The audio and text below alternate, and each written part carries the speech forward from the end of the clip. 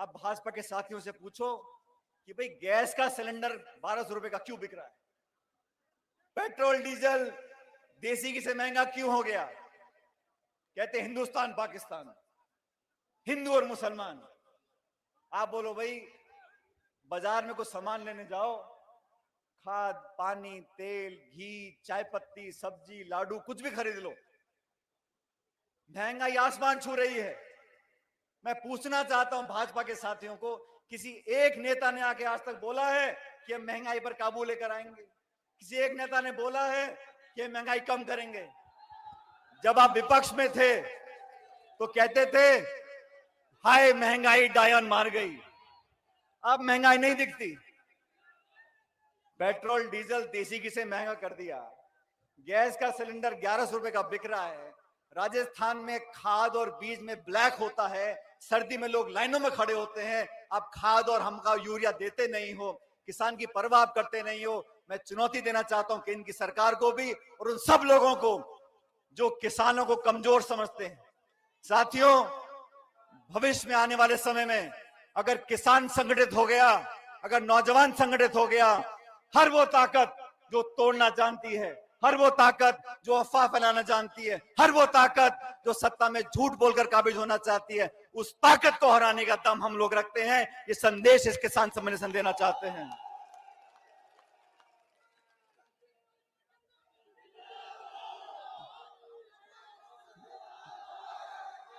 किसान के नाम पर राजनीति सब करते हैं, लेकिन किसानों के हालात आज क्या हैं?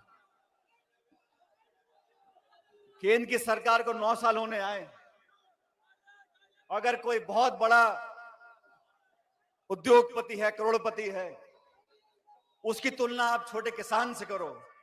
जो किसान 2 बीघे में खेती करता है, जो किसान 2-3 बीघे में खेती करता है, उसको अगर एक ट्रैक्टर खरीदना है, उसको अगर एक बोरिंग करवानी है, उसको अगर एक गाय या भैंस खरीदने के लिए 50,000 रुपए का बैंक से कर्जा चाहिए, तो वो भला आदमी बैंक के 10 चक्कर काटेगा, फिर उसको प्रमाण पत्र चाहिए, फिर उसको दस्तखत चाहिए, फिर उसको क्या गिरवी रखोगे, और 15 चक्कर काटने के बाद 50,000 का अगर कर्जा किसान को मिलता है तो बीच में उसको 10,000 रुपए की कमीशन देनी पड़ती है, और फिर जाके उसको कर्जा मिलता है।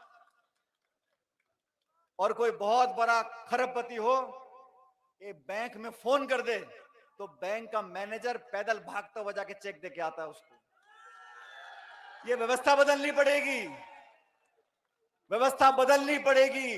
इस देश का किसान जो पूरी भारतवर्ष की जनता का 130 करोड़ लोगों का पेट पालता है, उसको आज भी दर दर भटकना पड़ता है। हमारी माताएं बहनें बैठी हैं, आज 70-75 साल हो गए, आज भी पानी लाने के लिए हमको कई किलोमीटर चलना पड़ता है, आज भी छोटे मोटे काम कराने के लिए हमको माथे रगड़ने पड़ते हैं, नाक रगड़नी पड़ती है।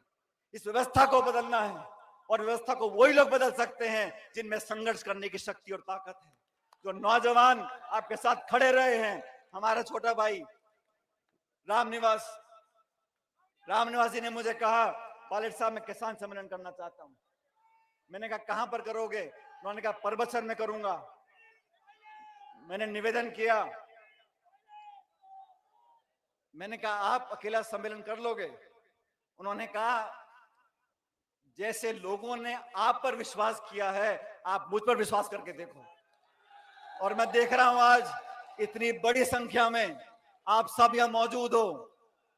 और देखो जब समय अच्छा होता है ना, तो सारी चीज अपने आप सही हो जाती है। आज से 2 दिन पहले ये घोषणा करी, मैं टेलीविजन देख रहा था तो टेलीविजन पर खबर चल रही थी कि 16 तारीख से उत्तर भारत में, पश्चिम भारत में इतनी भयंकर सर्दी होने वाली है, शीतलहर होने वाली है। तो मैंने सोचा, मैंने कहा 15 की रात को बहुत ठंड पड़ी है, 16 को हमारे किसान भाई सुबह सुबह काम कर सम्मेलन में कैसे आएंगे। लेकिन मैं सुबह जयपुर में जब मैंने आंख खोली, इतना बढ़िया मौसम, इतना नीला आसमान और सूरज था, तो मैंने कहा ये किसान सम्मेलन अति कामयाब होगा, क्योंकि लोगों की भावनाएं जुड़ी हुई हैं। लोग चाहते हैं कि किसान समृद्ध हो, किसान ताकतवर बने, हमारे बहन बेटियां नौजवान पढ़कर आगे बढ़ सकें। और मैं आज उस बात को दोहराना चाहता हूं जो मैं बचपन से सुनता आया था।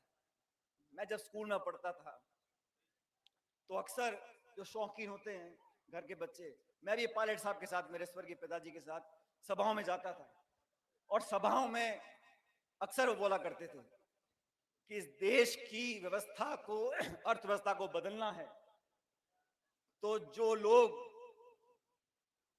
इस देश को चलाते हैं उन कुर्सियों पर वो लोग बैठे, गांव और गरीब और किसान के बच्चे उन कुर्सियों पर बैठेंगे तो उसकी कलम उनके लिए चलेगी जिस देश में जो लोग अनाज पैदा करते हैं।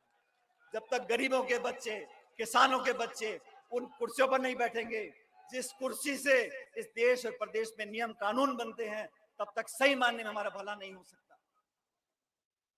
वोट की ताकत ऐसी ताकत है साथियों, वोट की ताकत इस जमहूरियत में, इस लोकतंत्र में, इस प्रजातंत्र में इतनी बड़ी ताकत है। कोई कितना घमंड कर ले, कोई कितनी बड़ी ऊंचाई पे पहुंच जाए, लेकिन 5 साल के बाद हाथ जोड़कर गांव और गरीब को गणेश मानकर पूजा करनी पड़ती है, वोट मांगने पड़ते हैं, हाथ जोड़कर शीश झुकाना पड़ता है।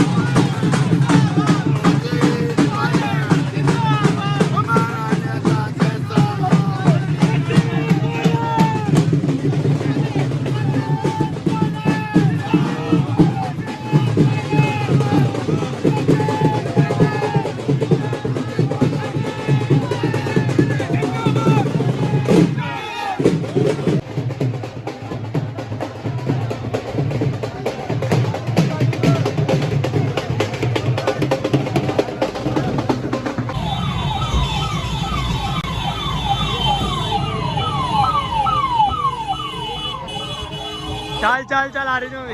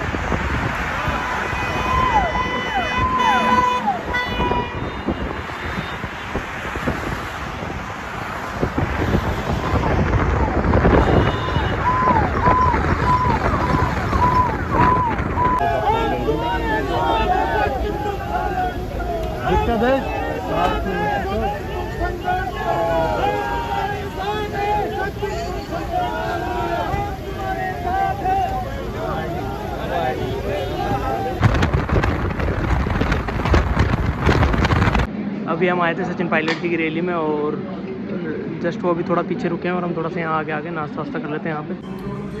तो अड्डा से रुकवान किलोमीटर से प्रोफेसर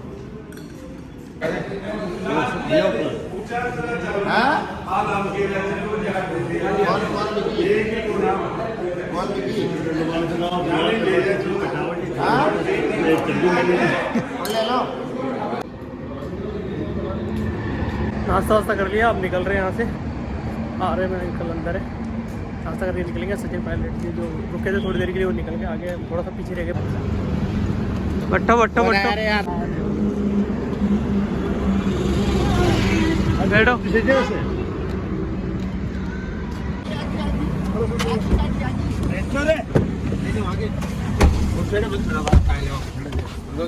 बीच में चावल चला लीजिए।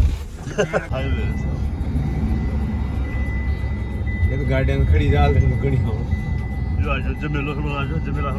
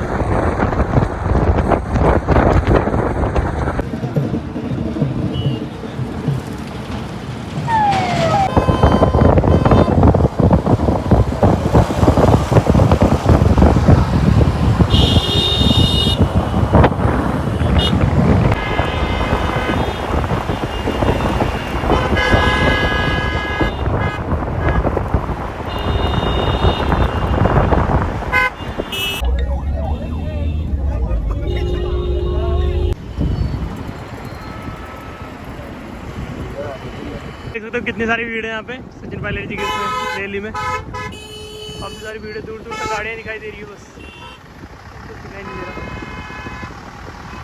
आगे भी लिखकर दे दियो ना, मैं खेदूला उन्हें खड़े से वीडियो बात कराओ मारी मारी बात कराओ ने।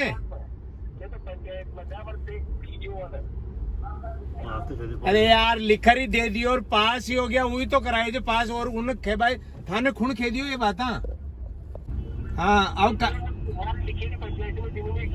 हाँ कहीं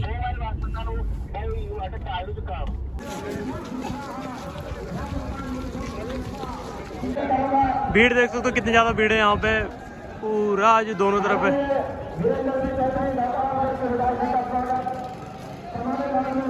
पूरा भीड़ है, वो सामने काफिला है गाड़ियों का, और भीड़ अभी रुक नहीं रही है, कंटिन्यू भीड़ चलती आ रही है।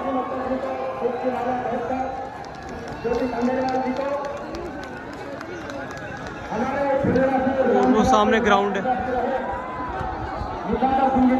अभी अंदर जाने के लिए रास्ता ही नहीं है। एक आदमी की योजना आगे की साहब ट्रैक्टर भरन ले रहा छू, काय करन ले छू, ट्रैक्टर भरन ले रहा छू।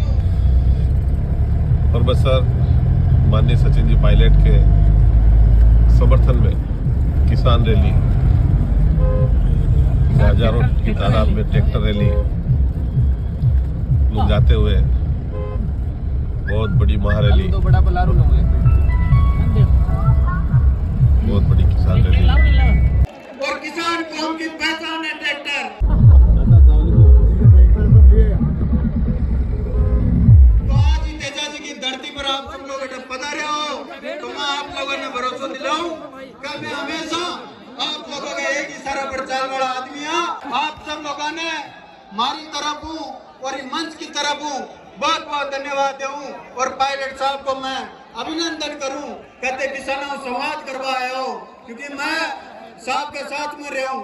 तो साहब कई बार बात करे कि यार अगर जनता अपन वोट देवे 5 साल में के बाद बाकी खातिर काय करा, लेकिन पायलट साहब को हमेशा स्वभाव रही है कि कार्यकर्ता के सुख दुख के मान हाजिर रहे, चाहे गाड़ी के मान कताई घंटा बंद चालू पड़े, लेकिन आपका आदमी की खातर चाहे सर्दी हो, चाहे बारिश हो, चाहे गर्मी हो, हर जगह हर मोर्चा के ऊपर आपका कार्यकर्ता के लिए खड़ा रहे है।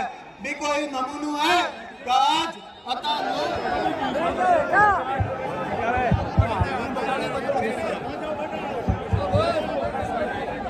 राम राम साहब, आज परबतसर के इस किसान सम्मेलन के ऐतिहासिक सम्मेलन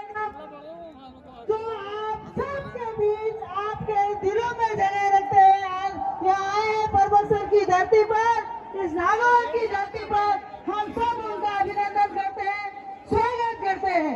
आदरणीय पायलट साहब, मेरा छोटा भाई और पर्वत सर का लाडला विधायक जो भी आह्वान करता है आप सब यहाँ उपस्थित होते हैं। आदरणीय रामनिवास गावड़िया जी, लाडू के आदरणीय विधायक मुकेश। भीड़ काफ़ी ज़्यादा है यहाँ पे, भीड़ मेरे पीछे देख सकते हो कितनी सारी भीड़ है, ये भीड़ है। और उसमें भी काफ़ी ज़्यादा आदमी खड़े हैं जो दिख नहीं रहा है बिल्कुल। ये पीछे खड़े हुए लोग हैं,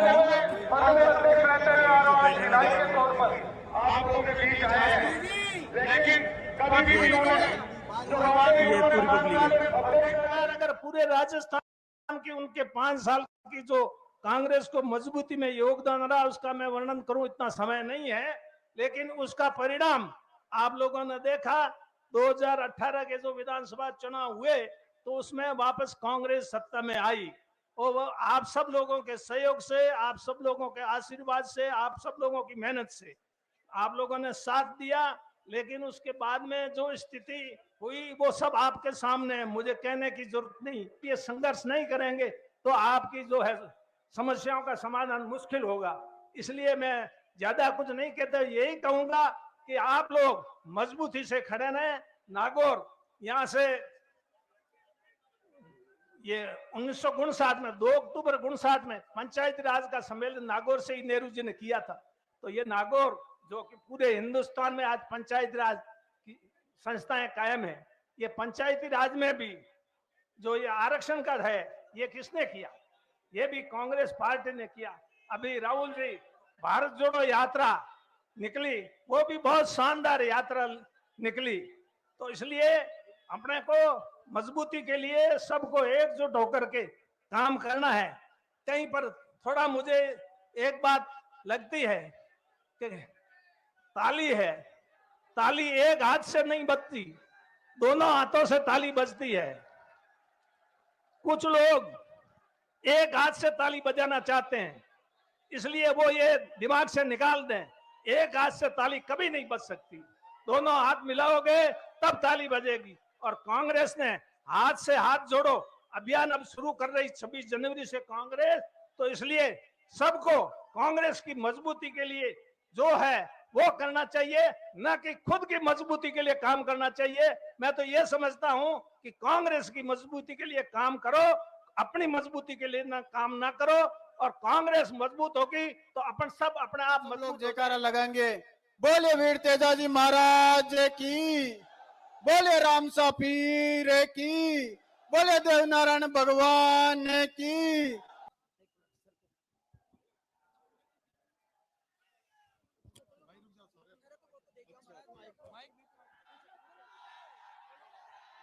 जोरदार तालियों से अभिनंदन करें सचिन पायलट साहब। राम राम सा।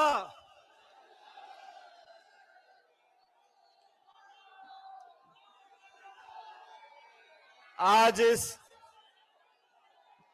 मारवाड़ की पवित्र धरती पर वीर तेजाजी जी की ऐतिहासिक मिट्टी में पर्वतसर नागौर में आपके बीच में अपने आप को पाकर मैं बहुत गर्वान्वित हूं, प्रफुल्लित हूं। हमारे पर्वतसर के विधायक, नौजवान साथी रामनिवास गावड़िया जी, प्रदेश सरकार में हमारे मंत्री आदरणीय हेमाराम जी, और हेमाराम जी का 2 या 3 दिन के बाद जन्मदिन है 75वां, तो अब सब जोरदार तालियां बजाकर हेमाराम जी का स्वागत करो। आज हम इस सभा में मौजूद हैं और बड़ी संख्या में मेरी माताएं बहनें बैठी हैं। मैं आपका कायल हूं कि आप आज इस सभा में मौजूद हैं। आज देश के सामने, प्रदेश के सामने बहुत से गंभीर सवाल उठे। आप जानते हो इस देश में 2/3 आबादी जमीन पर, कृषि पर निर्भर है, और किसानों की व्यवस्था को बेहतर बनाने का वादा बीजेपी ने केंद्र में सरकार बनाने से पहले किया था। आज लगभग 8.5 साल पूरे हो गए भाजपा की सरकार दिल्ली में बनी है, और किसान के जो हालात हुए हैं ये वो सरकार है जिसने सरकार बनने से पहले कहा था कि हम किसान की आमदनी दुगनी करेंगे। मैं पूछना चाहता हूं नरेंद्र मोदी जी से, मैं पूछना चाहता हूं दिल्ली की सरकार से, आपने किस किसान की आमदनी दुगनी करी है? आज किसान परेशान है। आज खाद, बिजली, पानी, सारी कीमतें बढ़ गई, महंगाई आसमान छू रही है। अगर किसान संगठित हो जाता है तो दुनिया की हर ताकत को हमारे सामने झुकना पड़ेगा। और किसान सम्मेलन कर कर हमें संदेश देना चाहते हैं कि जो समाज, जो बिरादरी, जो लोग कृषि में किसानी करते हैं, उसमें जात पात के बंधन टूट जाते हैं। भाइयों शांत, मेरी बात सुनो, मैं आपसे निवेदन कर रहा हूं साथियों, शांति से बैठ जाओ। मैं मंच पर बैठा सोच रहा था कि रिश्ते कैसे अपने आप बनते चले जाते हैं। आज सभा के बाद मैं खरनाल में वीर तेजाजी महाराज के मंदिर में आशीर्वाद लेने के लिए, माथा झुकाने के लिए जा रहा हूं। और मैं याद कर रहा था आज से 12 साल पहले जब मैं केंद्र की सरकार में मंत्री था, तब मुझे सौभाग्य प्राप्त हुआ कि मैं तेजाजी के नाम पर एक डाक टिकट जारी करूं। खरनाल के मेले में 2010 की बात है शायद, भारत सरकार के माध्यम से मुझे सौभाग्य प्राप्त हुआ। मुझसे पहले बहुत मंत्री बने होंगे, मेरे बाद बहुत मंत्री बने थे, लेकिन ये तो ऊपर वाले की लीला है कि तेजाजी का जो डाक टिकट था वो मेरे हाथों जारी करने का मौका मुझे मिला।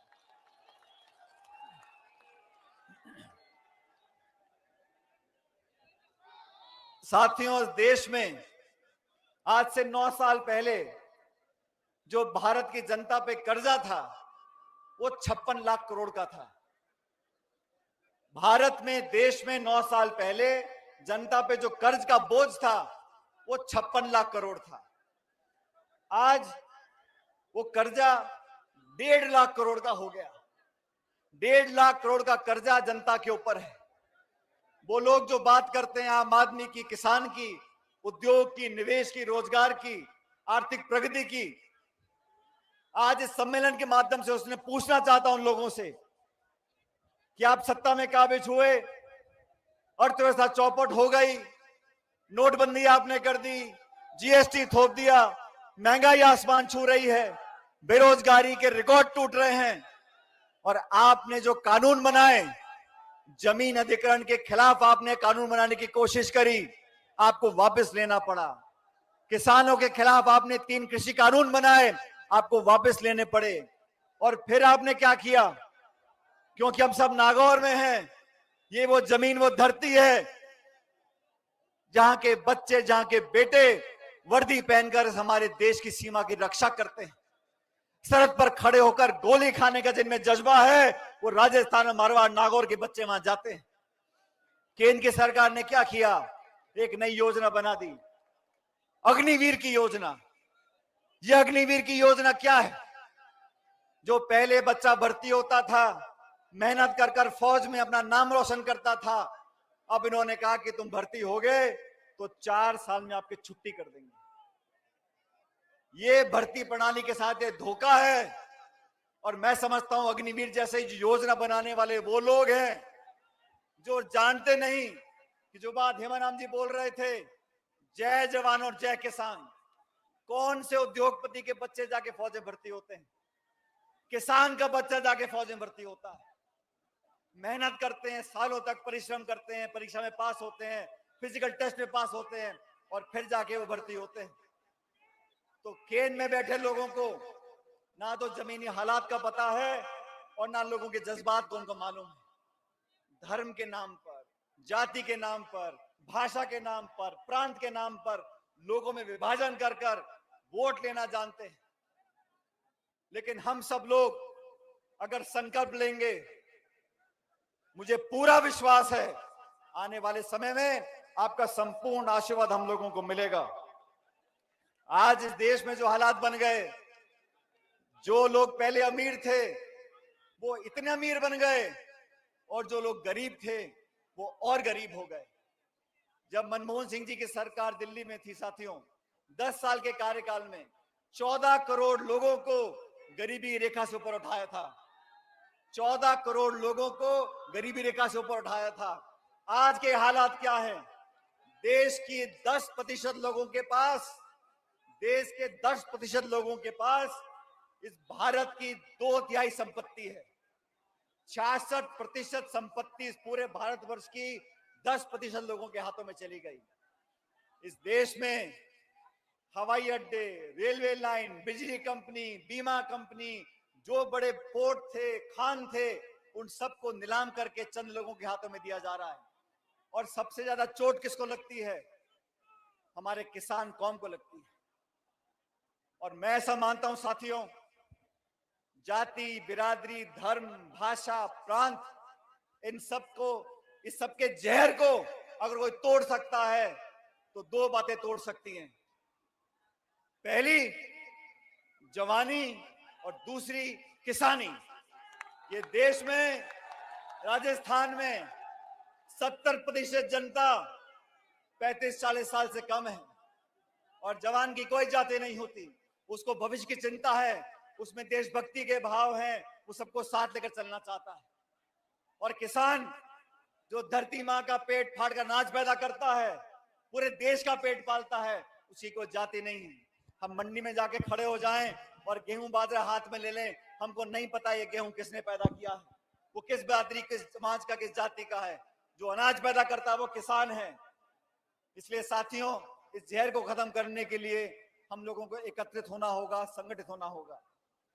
नौजवानों का भविष्य इस देश के लिए बहुत महत्वपूर्ण है। आप भाजपा के साथियों से पूछो कि भाई गैस का सिलेंडर 1200 रुपए का क्यों बिक रहा है? पेट्रोल डीजल देसी घी से महंगा क्यों हो गया?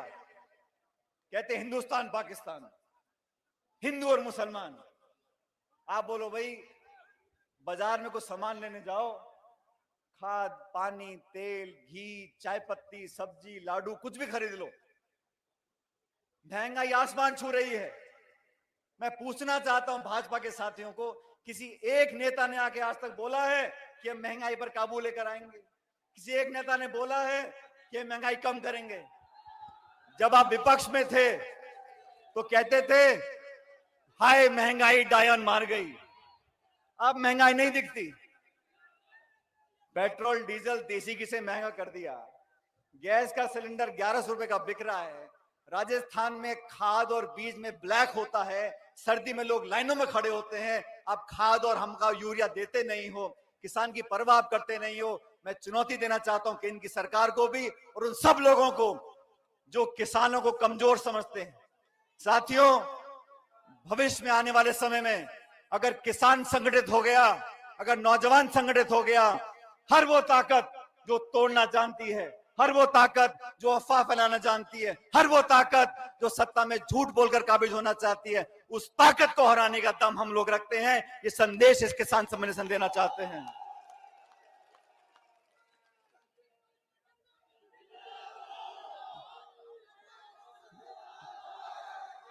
किसान के नाम पर राजनीति सब करते हैं, लेकिन किसानों के हालात आज क्या हैं? केंद्र की सरकार को 9 साल होने आए। अगर कोई बहुत बड़ा उद्योगपति है, करोड़पति है, उसकी तुलना आप छोटे किसान से करो। जो किसान 2 बीघे में खेती करता है, जो किसान 2-3 बीघे में खेती करता है, उसको अगर एक ट्रैक्टर खरीदना है, उसको अगर एक बोरिंग करवानी है, उसको अगर एक गाय या भैंस खरीदने के लिए 50,000 रुपए का बैंक से कर्जा चाहिए, तो वो भला आदमी बैंक के 10 चक्कर काटेगा। फिर उसको प्रमाण पत्र चाहिए, फिर उसको दस्तखत चाहिए, फिर उसको क्या गिरवी रखोगे, और 15 चक्कर काटने के बाद 50,000 का अगर कर्जा किसान को मिलता है तो बीच में उसको 10,000 रुपए की कमीशन देनी पड़ती है, और फिर जाके उसको कर्जा मिलता है। और कोई बहुत बड़ा खरबपति हो, एक बैंक में फोन कर दे तो बैंक का मैनेजर पैदल भागता हुआ जाके चेक देके आता है उसको। ये व्यवस्था बदलनी पड़ेगी, व्यवस्था बदलनी पड़ेगी। इस देश का किसान जो पूरी भारतवर्ष की जनता का 130 करोड़ लोगों का पेट पालता है, उसको आज भी दर दर भटकना पड़ता है। हमारी माताएं बहनें बैठी हैं, आज 70-75 साल हो गए, आज भी पानी लाने के लिए हमको कई किलोमीटर चलना पड़ता है। आज भी छोटे मोटे काम कराने के लिए हमको माथे रगड़ने पड़ते हैं, नाक रगड़नी पड़ती है। इस व्यवस्था को बदलना है, और व्यवस्था को वही लोग बदल सकते हैं जिनमें संघर्ष करने की शक्ति और ताकत है। जो नौजवान आपके साथ खड़े रहे हैं, हमारा छोटा भाई रामनिवास जी ने मुझे कहा, पायलट साहब मैं किसान सम्मेलन करना चाहता हूं। मैंने कहा कहां पर करोगे? उन्होंने कहा परबतसर में करूंगा। मैंने निवेदन किया, मैंने कहा आप अकेला सम्मेलन कर लोगे? उन्होंने कहा जैसे लोगों ने आप पर विश्वास किया है, आप मुझ पर विश्वास करके देखो। और मैं देख रहा हूं आज इतनी बड़ी संख्या में आप सब यहां मौजूद हो। और देखो, जब समय अच्छा होता है ना, तो सारी चीज अपने आप सही हो जाती है। आज से 2 दिन पहले ये घोषणा करी, मैं टेलीविजन देख रहा था, तो टेलीविजन पर खबर चल रही थी कि 16 तारीख से उत्तर भारत में, पश्चिम भारत में इतनी भयंकर सर्दी होने वाली है, शीतलहर होने वाली है। तो मैंने सोचा, मैंने कहा 15 की रात को बहुत ठंड पड़ी है, 16 को हमारे किसान भाई सुबह सुबह काम कर कर सम्मेलन में कैसे आएंगे। लेकिन मैं सुबह जयपुर में जब मैंने आंख खोली, इतना बढ़िया मौसम, इतना नीला आसमान और सूरज था, तो मैंने कहा ये किसान सम्मेलन अति कामयाब होगा, क्योंकि लोगों की भावनाएं जुड़ी हुई हैं। लोग चाहते हैं कि किसान समृद्ध हो, किसान ताकतवर बने, हमारे बहन बेटियां नौजवान पढ़कर आगे बढ़ सकें। और मैं आज उस बात को दोहराना चाहता हूं जो मैं बचपन से सुनता आया था। मैं जब स्कूल में पढ़ता था तो अक्सर जो शौकीन होते हैं घर के बच्चे, मैं भी पायलट साहब के साथ, मेरे स्वर्गीय पिताजी के साथ सभाओं में जाता था। और सभाओं में अक्सर वो बोला करते थे कि इस देश की व्यवस्था को, अर्थव्यवस्था को बदलना है, तो जो लोग इस देश को चलाते हैं उन कुर्सियों पर वो लोग बैठे। गांव और गरीब और किसान के बच्चे उन कुर्सियों पर बैठेंगे तो उसकी कलम उनके लिए चलेगी जिस देश में जो लोग अनाज पैदा करते हैं। जब तक गरीबों के बच्चे, किसानों के बच्चे उन कुर्सियों पर नहीं बैठेंगे, जिस कुर्सी से इस देश और प्रदेश में नियम कानून बनते हैं, तब तक सही मानने में हमारा भला नहीं हो सकता। वोट की ताकत ऐसी ताकत है साथियों, वोट की ताकत इस जमहूरियत में, इस लोकतंत्र में, इस प्रजातंत्र में इतनी बड़ी ताकत है। कोई कितना घमंड कर ले, कोई कितनी बड़ी ऊंचाई पे पहुंच जाए, लेकिन 5 साल के बाद हाथ जोड़कर गांव और गरीब को गणेश मानकर पूजा करनी पड़ती है, वोट मांगने पड़ते हैं, हाथ जोड़कर शीश झुकाना पड़ता है। इस देश को चलाते हैं उन कुर्सियों पर वो लोग बैठे, गांव और गरीब और किसान के बच्चे उन कुर्सियों पर बैठेंगे तो उसकी कलम उनके लिए चलेगी जिस देश में जो लोग अनाज पैदा करते हैं। जब तक गरीबों के बच्चे, किसानों के बच्चे उन कुर्सियों पर नहीं बैठेंगे, जिस कुर्सी से इस देश और प्रदेश में नियम कानून बनते हैं, तब तक सही मानने में हमारा भला नहीं हो सकता। वोट की ताकत ऐसी ताकत है साथियों, वोट की ताकत इस जमहूरियत में, इस लोकतंत्र में, इस प्रजातंत्र में इतनी बड़ी ताकत है। कोई कितना घमंड कर ले, कोई कितनी बड़ी ऊंचाई पे पहुंच जाए, लेकिन 5 साल के बाद हाथ जोड़कर गांव और गरीब को गणेश मानकर पूजा करनी पड़ती है, वोट मांगने पड़ते हैं, हाथ जोड़कर शीश झुकाना पड़ता है। इसलिए अपनी वोट की ताकत को हम आप समझते हैं। आने वाले समय में भी मैं चाहता हूं आपका आशीर्वाद बना रहे। जिस प्रकार से हम लोग, महिला भी काफी है, ये पूरा महिलाएं।